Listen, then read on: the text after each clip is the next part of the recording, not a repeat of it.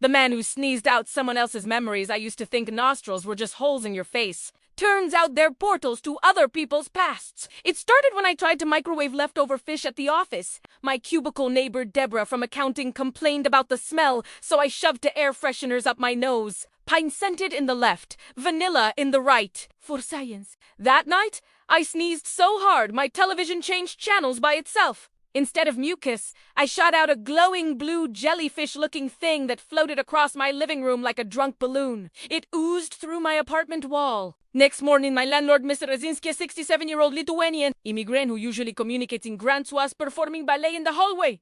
Full arabesque.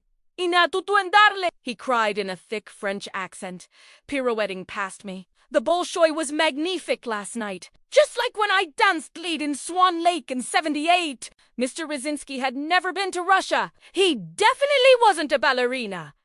But someone was. Someone whose memory had just rocketed out of my left nostril.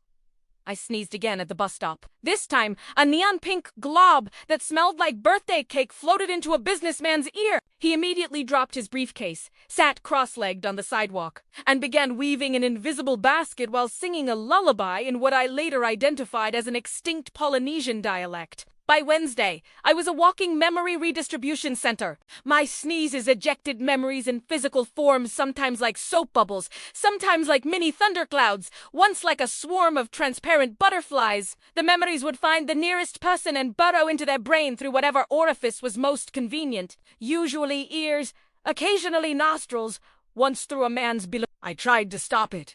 I superglued my nostrils shut. But the memories leaked out of my tear ducts instead, rainbow-colored and smelling of cinnamon. My doctor was no help. After I sneezed during my appointment, she suddenly remembered, being the first human to walk on Saturn, and insisted on showing me photos of her space cats. She prescribed me medication that turned out to be Skittles, with the logos washed off. The worst happened at my neighbor's kid's birthday party. I was only there for the free cake when I felt a monster sneeze building. This one felt different, heavy and electric, like a storm in my sinuses.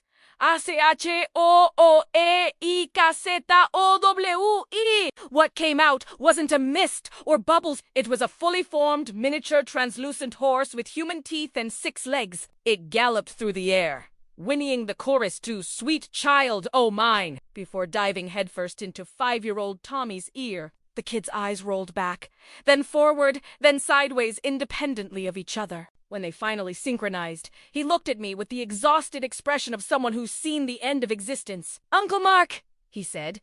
Despite me not being his uncle or named Mark, I remembered dying. But I wasn't supposed to be born yet. I was supposed to be born in 2157. 2 robot parents. On Mars Colony 6. That's when I realized I wasn't sneezing out past memories. I was sneezing out memories from people who hadn't been born yet. Future people. People from timelines that might never exist now.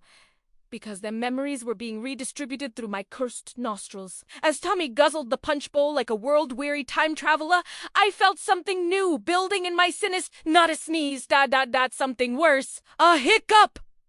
My mouth opened involuntarily, and out flew a perfect miniature version of myself, screaming all the passwords I'd ever created as it soared across the room. I guess I exhale autobiographies now, too. Nose day at the office, am I right? I felt another sneeze building, bigger than any before. Whatever memory was about to blast out, it felt ancient and vast. The room started to vibrate.